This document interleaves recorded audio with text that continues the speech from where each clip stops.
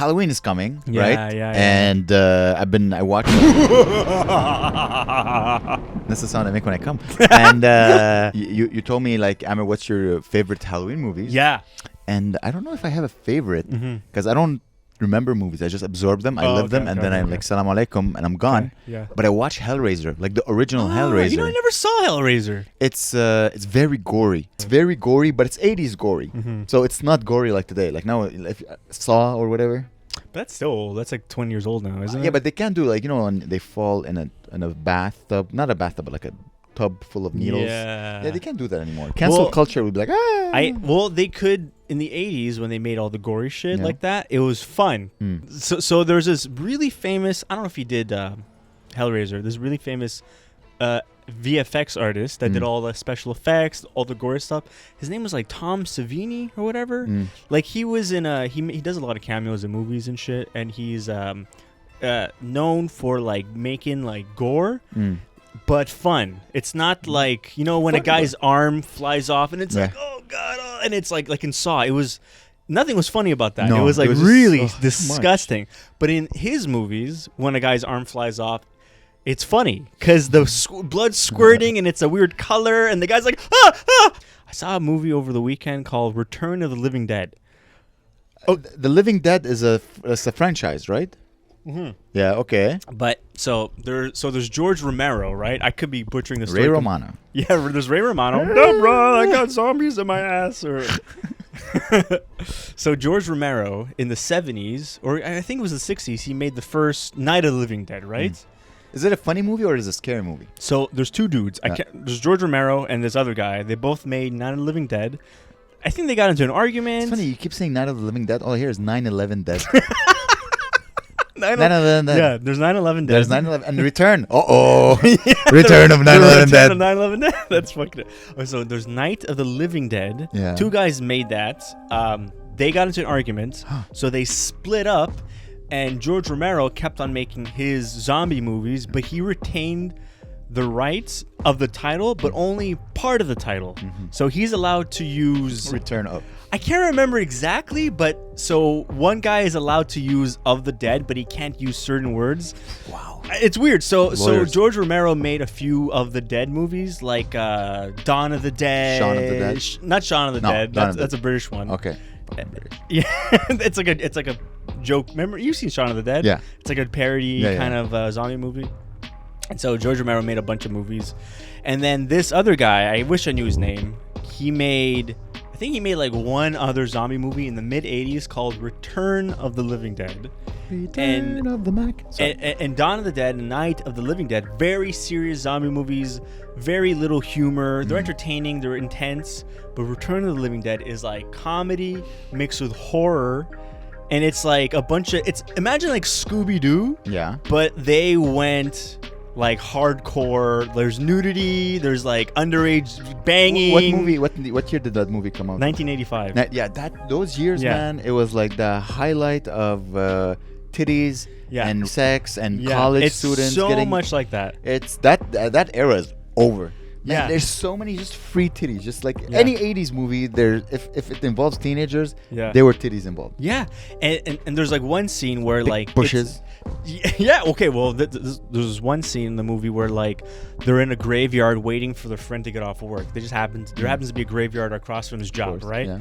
And it's like a group of punks. There's like a punk. There's like a preppy kid. There's like a horror girl, and then there's like this really punky weird woman that talks about dying all the time, and she's in a graveyard, and she gets like really, really, really horny, and she starts like going like, and she takes off her clothes, and one guy's like, dude, Deborah's taking her clothes off again. Bro. And she gets completely naked in the movie, and there's a 5-minute naked dance scene of her dancing to like some weird punk song from like that nobody's ever heard of, and it's awesome. It's like amazing. It's so cool. You're like, dude, this is a movie, and then meanwhile there's zombies going on in the background, and it's like any death is like hilarious. The zombies look funny. It's so entertaining. It's an hour and 20 minutes of just funny zombie cool shit. Yeah. And they don't Return get that. of the Living Dead. Yeah, I love this Do I movie. need to watch something before the return?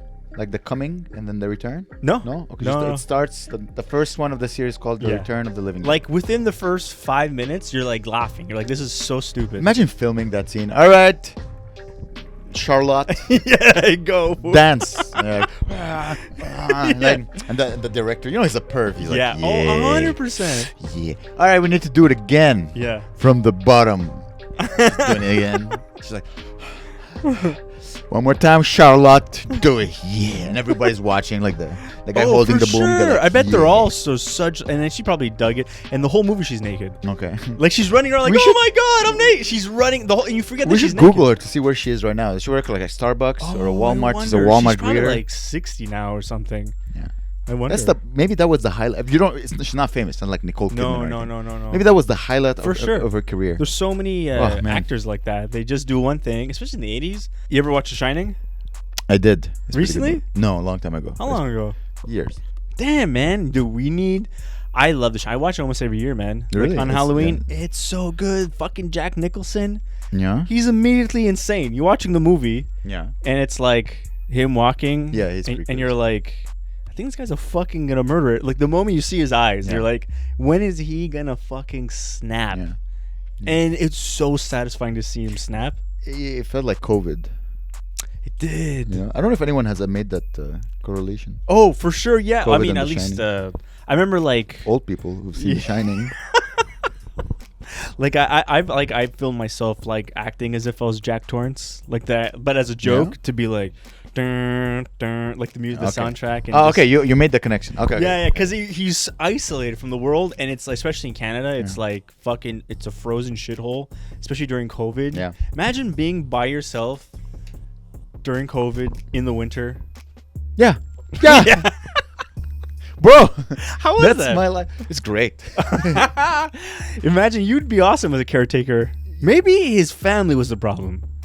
It's always the family, bro. You gotta murder the family and focus on your art. Yeah, imagine if he was alone. He'd finish the book, no one would bug him, and he would come back in when all the snow would thaw. He'd come up with a great book, be a millionaire. Millionaire, exactly. Yeah, never murder anybody. How do you think Stephen King thought of that? He's like, oh, I just want to murder my wife. Yeah. I just want to do coke and write. Yeah.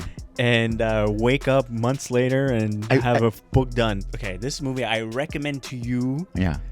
I don't know if I want to ruin it, but I'll just say it's called Miracle Mile. Imagine yourself, you're a guy, and let's say you're 30 years old, and you're a single guy, and you really want to meet a girl, but nobody understands you. You're like a jazz aficionado, and you play the trumpet. Yeah, you're gay, and you meet a girl finally at a museum or some shit, and you're getting along, and you go on a date, and you get along very, very well, and you're having a great time, and something happens. I don't know, like you want to go on another date. Okay. Sorry, I'm trying to figure this out as I'm talking, and you're like, the girl's like, I get off work at midnight. You're like, okay, I'll meet you at work, because she works at a diner, this girl, and you go to bed, but then your power in your building goes out. Wait, I think I've seen it not too long ago. Really? Yeah, keep going. And then he wakes up like hours and hours later, and he goes to the diner. She's not there. Yeah. She's sad. Yeah. He's sad. He speaks to him like, where is she? Where'd she go? What happened? And she went home. So you go to the phone booth. You call the phone booth. She doesn't pick up. You leave, and then all of a sudden you hear ringing, ring from the phone booth. Yeah. Pick it up. A man's on the phone, being like, "Oh my god, they did it! Oh my god, man, what happened, man?" And you're like, what is this? What's going on? They shot the missiles, man. They're gonna bomb us, man. They're gonna kill us, man. And he's like, "What is this, a joke? No, joke. What do you think it's a joke? Fuck!" And then he hangs up the phone. That was pretty good. And then he goes to inside the diner. Yeah. And he's like, "Guys, I got a weird phone call from a guy being like the nukes or this or that." And everyone's like, that's stupid. And then no one believes you. But then you speak to one person that like is in politics. And she's like, huh? And she starts calling all these senators and shit. And apparently they're all flying to like the North Pole Have you seen this movie? Yeah, I have, but I like stories. I keep telling you, I'm mesmerized. And I've watched it like not too long ago. That's Really? the funny part. I just don't remember. I just lived them, and then like, whoa. and they come out. Yeah. Okay, so and then she's like, and everyone's like, "What is this real? Is this real?" And so this rumor spreads, and it spreads, and it spreads to all of Los Angeles, right? And everybody goes into chaos. They think, "Oh my God, the world is ending! Holy shit!" And I'm gonna leave it there. That's what the Miracle Mile is about, man. The first half an hour is like a rom-com, and then it turns into a fucking nightmare. I think I watched it not too long ago, and when you said the diner, I'm like, yeah, I remember. I just don't remember when I watched it, but I remember I watched it not too long ago. Oh, number 3, The Fly. The Fly. You ever watch The Fly? Is it like the black and white movie? No. This is 1980s. You know who's the guy from Jurassic Park? The hot Jewish guy. Yeah. I know who he is. name? I see him. What the fuck's his name? Samson Cooperman. Yeah, Samson Cooper. Yeah. No, what the fuck's his name? Whatever. He's in a bunch of shit. And he's like, "Hey everybody, how's it going?" So this movie have you seen this movie? No. It's fucking amazing. It's fucking amazing. Okay. It's about a scientist guy that invents teleportation. And he goes to this convention and he meets like a beautiful journalist played by Gina Davis. And he was like flirting with her and being like, "Oh, I have this amazing invention. If you come on a date with me or something, I'll show you the invention. You'll get like a inside scoop." And he introduced her to the teleportation machine, right? And he can't get her perfect. He's able to transport objects, but not living beings. Yeah. Like he put a monkey in there once, and it moved over, and the monkey came out inside out. So the movie's amazing because it's very grounded in reality, but all of a sudden there's like monstrous, disgusting creatures that are made with practical visual effects. Okay. No CGI. Okay. And it looks amazing. And eventually he's like fed up of tinkering with this machine, and during this time he's like falling in love with this woman. Don't tell me the ending. I'm gonna watch it tonight. I'm just gonna set you up with the movie. And tinkering with the machine slowly, and he's like, "I've had enough. I'm gonna go in this machine. I'm gonna teleport myself, and I'm gonna prove to the world that teleportation works." Yeah. And he goes in, and a fly goes inside with him in the machine, and goes out. But he comes out of the machine, right? Yeah. And then the whole movie goes from there. Okay. Isn't that great? Okay, number 5, The Thing. Thing. Did you ever see The Thing? No. Okay. This movie is amazing. Okay. All these movies are incredible, by the way. Like, these are. Oh, I'm gonna watch The Thing like this week. So, it's set in, like Alaska or whatever, in the middle of fucking Alaska. It's like the Arctic or some shit. Mm-hmm. No one's around, just fucking, snow. Arid snow. Yeah. Yeah. Arid. And the movie starts with a dog. What's the snow dog? What's the husky running through the snow with a helicopter chasing it, shooting it. What? And you're like, what the fuck is going on? Yeah. Like, what's going on? And the helicopter reaches this American base filled with like these scientists doing research, and the dog is like runs into the arms of this guy.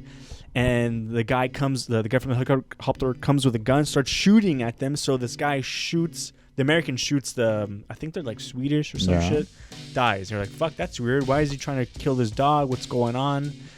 And so they bring the dog, they introduce the dog to their own dogs, and they're in the big pen filled with dogs, right? And you're like, shit, what's going on? The helicopter gives up? Well, they killed him. Oh, they killed the dog. No, they killed the guy trying to kill the dog. Oh, they killed the guy.